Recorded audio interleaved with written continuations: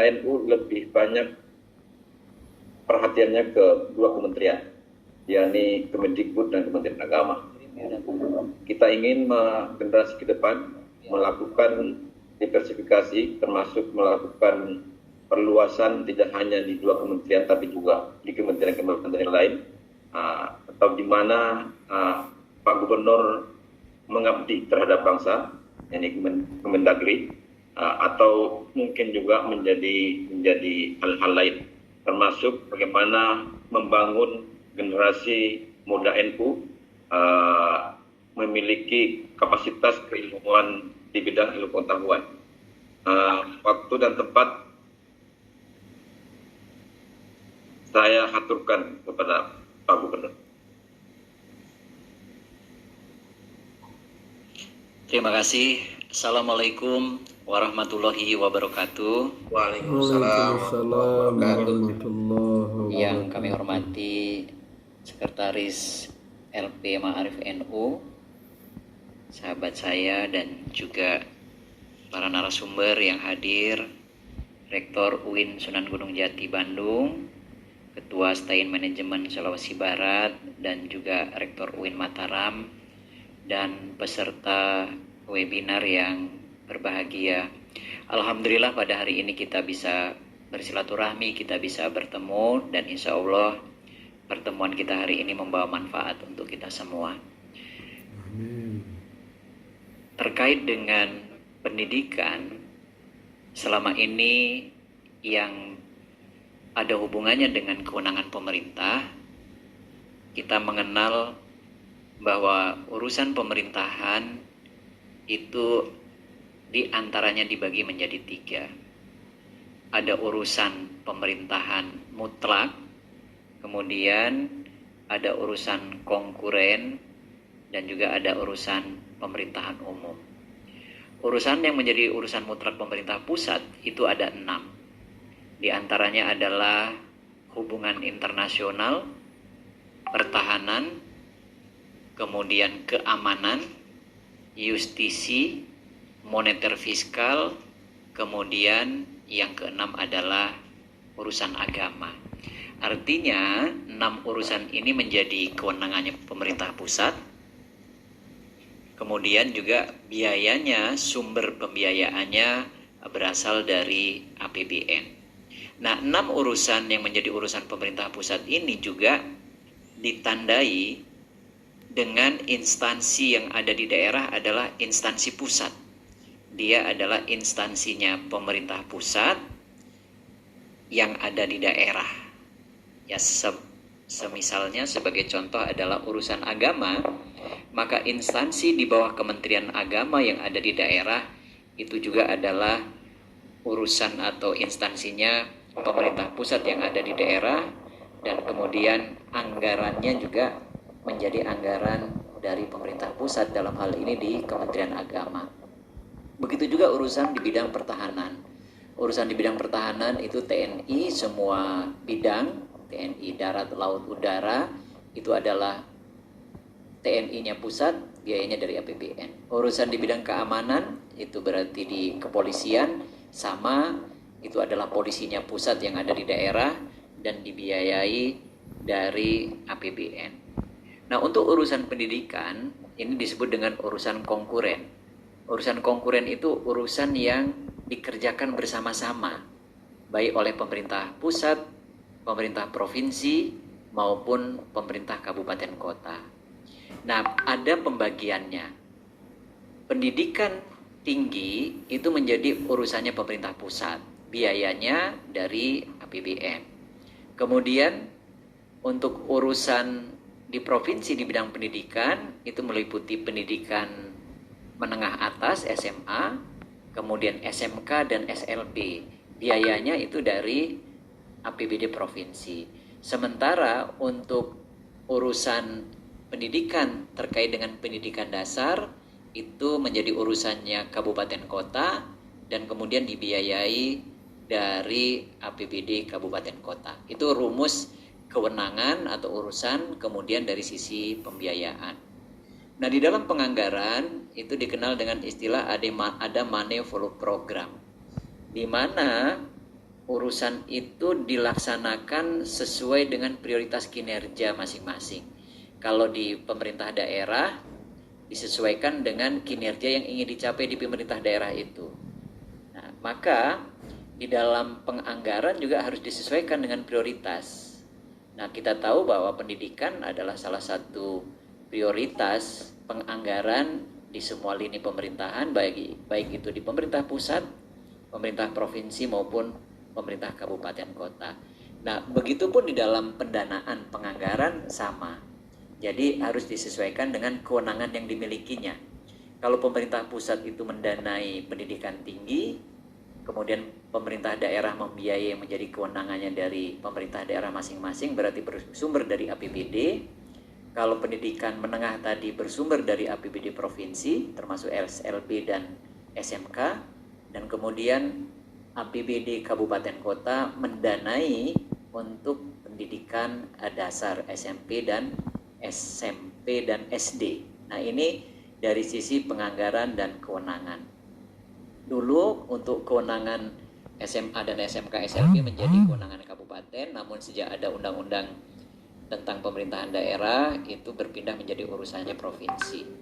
Nah, kemudian kalau untuk di Sumatera Selatan, Renstra Dinas Pendidikan itu antara lain pendidikannya untuk semua, pendidikan sepanjang hayat, memang tidak mengenal usia, semua ini artinya semua kalangan.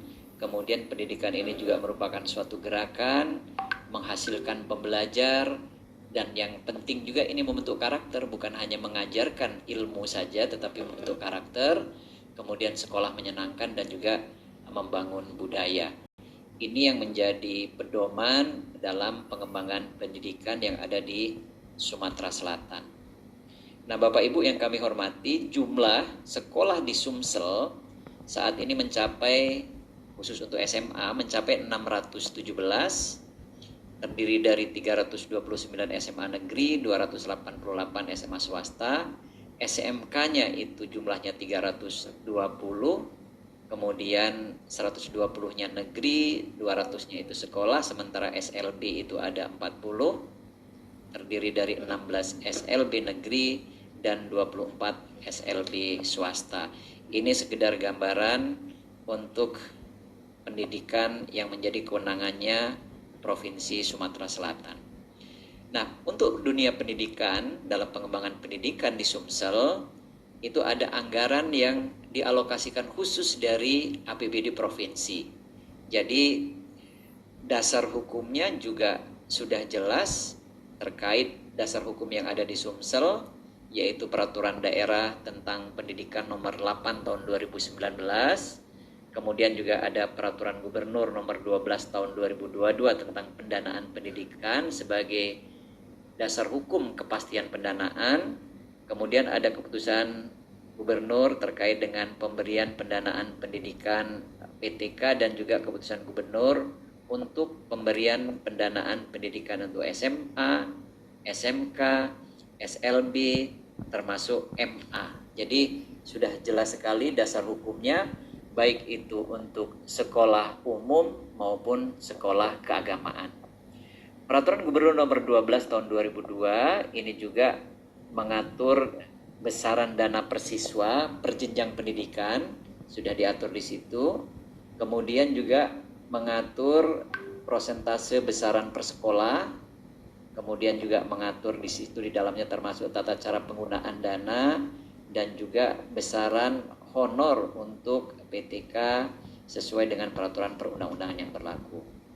Nah, adapun alokasi bantuan operasional sekolah yang bersumber dari APBD Provinsi Sumsel, jadi Sumatera Selatan juga memberikan dana bantuan operasional sekolah, pusat juga memberikan. Nah, untuk SMA yang bersumber dari SMA atau MA yang bersumber dari APBD Provinsi sebesar 700.000, kemudian SMK atau MA termasuk non-teknik itu ada 1.000, kemudian SMK MA non-teknik, teknik itu sebesar 1.500, dan SLB itu ada 1.000 ya.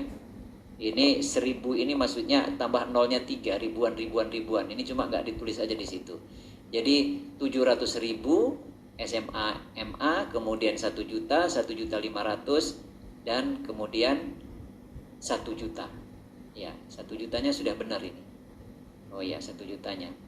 Nah, kemudian untuk khusus sekolah pada lembaga pendidikan Ma'arif, ini Pak Sekretaris ini juga sudah ada anggaran khusus. Untuk SMA NU se-Sumatera Selatan juga sudah dialokasikan, termasuk SMK NU dan MANU se-Sumsel. Jadi seluruh lembaga pendidikan yang ada di Sumatera Selatan mendapatkan atensi, termasuk SMA di bawah LP Ma'arif.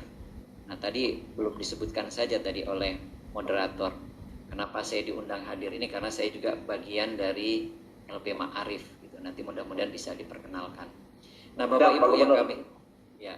Ibu yang kami hormati, komitmen pemerintah ini perlu dan penting dalam rangka mendukung pendidikan, karena pendidikan ini menjadi tanggung jawab bersama, bukan hanya pemerintah saja tetapi juga pihak swasta, kemudian masyarakat, tentu juga lembaga-lembaga yang ada. Nah, ini perlu kita dorong bersama. Saat ini pendidikan terus kita dukung, termasuk juga pengembangan pendidikan pondok pesantren. Kemarin Pak Ketua LP Ma'arif, Pak Dirjen Pendis juga berkunjung ke Sumatera Selatan. Kita kemarin juga membuka acara terkait dengan kemandirian pesantren dan juga launching Al-Quran, terjemahan berbahasa Palembang. Kita kemarin juga diskusi. Pendidikan pondok pesantren itu salah satu bentuk pendidikan yang ideal. Kenapa? Karena ideal di situ, karena yang pertama di situ mengajarkan pendidikan umum, yang kedua mengajarkan pendidikan agama, yang ketiga juga mengajarkan tentang karakter dan akhlak, yang keempat juga mengajarkan tentang keterampilan. Nah, kemudian yang sangat penting adalah menciptakan iklim yang kondusif bagi pengembangan anak, pengembangan santri, karena sehari-hari berada di lingkungan pesantren yang otomatis ibadahnya terjaga, perilakunya terjaga, semuanya dibentuk dalam rangka untuk mempersiapkan manusia yang unggul, generasi muda yang unggul. Kenapa unggul? Karena di situ pertama dari kecerdasan intelektualnya melalui pembelajaran, kemudian dari sisi keagamaan, kecerdasan spiritualnya tentu dari sisi pembelajaran agama, kemudian karakternya dibentuk dari kehidupan asrama, kehidupan pesantren yang ada di lingkungan pondok pesantren itu. Nah, Bapak Ibu yang kami hormati, dalam dunia pendidikan, ilmu pengetahuan, kecerdasan intelektual penting. Namun kecerdasan intelektual saja tidak cukup untuk menjadi bekal anak-anak kita, generasi muda di dalam mengarungi kehidupan sehari-hari. Karena ternyata dari berbagai penelitian, dari berbagai studi mengatakan bahwa kecerdasan intelektual itu menyumbangkan sukses hanya 20%.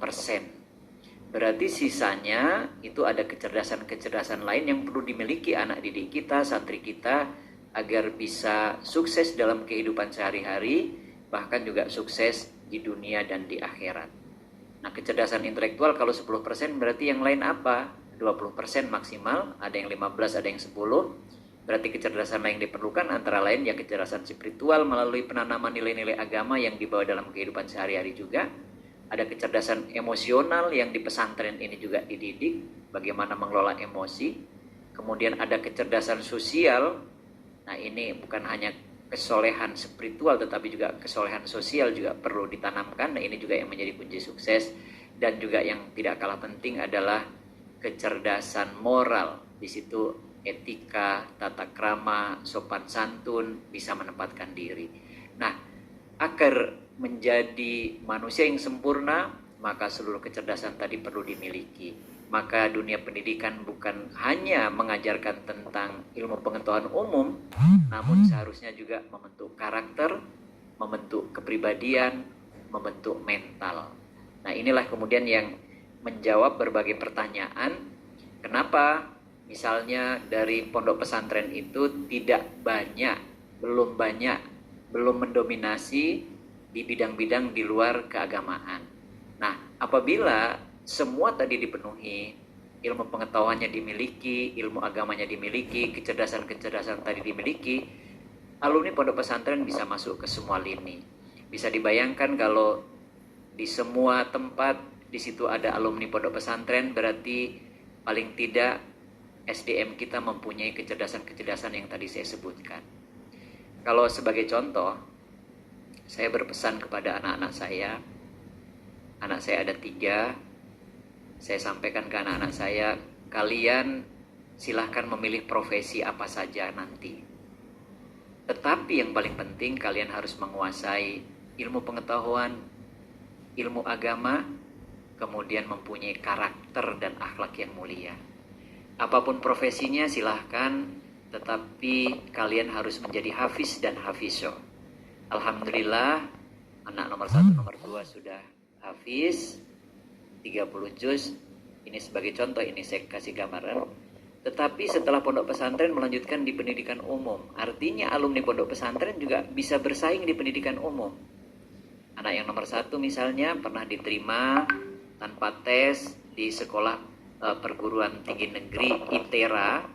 Tekniknya juga teknik arsitek landscape misalnya gitu. Ini alumni pesantren juga, ini bisa diterima di perguruan tinggi negeri. Kemudian sekarang menempuh pendidikan di IPDN, Institut Pemerintahan Dalam Negeri. Ini alumni pesantren. Ini sebagai contoh. Dan juga hafiz, konsentrasi menghafal juga pada saat di pesantren. Yang kedua juga seperti itu, sebagai contoh ini, misalnya juga hafiz 30 juz, dan alhamdulillah saat ini menempuh pendidikan fakultas kedokteran di perguruan tinggi negeri di Jawa. Dan kemarin pada saat tes, alhamdulillah diterima di 5 perguruan tinggi negeri favorit. Di antaranya 5 itu adalah 5 fakultas kedokteran negeri dan 1 fakultas teknis industri negeri di universitas umum yang ada di Jawa. Itu misalnya. Yang kemudian yang ketiga, anak saya juga di pondok pesantren, saat ini sedang menempuh pendidikan SMP kelas 2 dan di pondok pesantren insya Allah 6 tahun. Dan saya juga berharap dan berdoa juga mudah-mudahan bisa hafizoh 30 juz. Nah, ini artinya apa? Pendidikan yang salah satu pendidikan yang ideal itu ya yang membentuk karakter, membentuk akhlak, membentuk mental, namun memiliki ilmu yang cukup, baik ilmu pengetahuan umum maupun ilmu pengetahuan agama. Nah, saya kira kalau seluruh konsentrasi kita, pendidikan kita arahkan dalam pembentukan karakter dan akhlak juga di dalamnya, tentu akan membuat bangsa kita ini akan lebih cepat maju karena SDM-nya adalah SDM yang unggul. Nah, Bapak Ibu yang kami hormati, nanti dalam pertemuan kita bisa diskusi apa yang perlu kita carikan solusi terhadap berbagai persoalan yang ada, kemudian apa yang perlu kita juga diskusikan, bidang tugas kita yang bisa kita lakukan di bidang kita masing-masing. Saya juga ada pantun, pergi ke pasar di pagi hari, jangan lupa membeli ketela. Ini karena beras sedang mahal. Kamilah santri pencinta NKRI, penjaga Garuda Pancasila. Panci ditambal si tukang patri, berlubang karena jeruji. Kami adalah santri, rajin belajar, pintar mengaji. Terima kasih. Wassalamualaikum warahmatullahi wabarakatuh. Waalaikumsalam warahmatullahi wabarakatuh. Terima kasih Pak Gubernur atas pencerahannya pada siang ini. Bapak ini sedikit saya membacakan biodata singkat beliau. Beliau adalah PJ Gubernur Sumatera Selatan.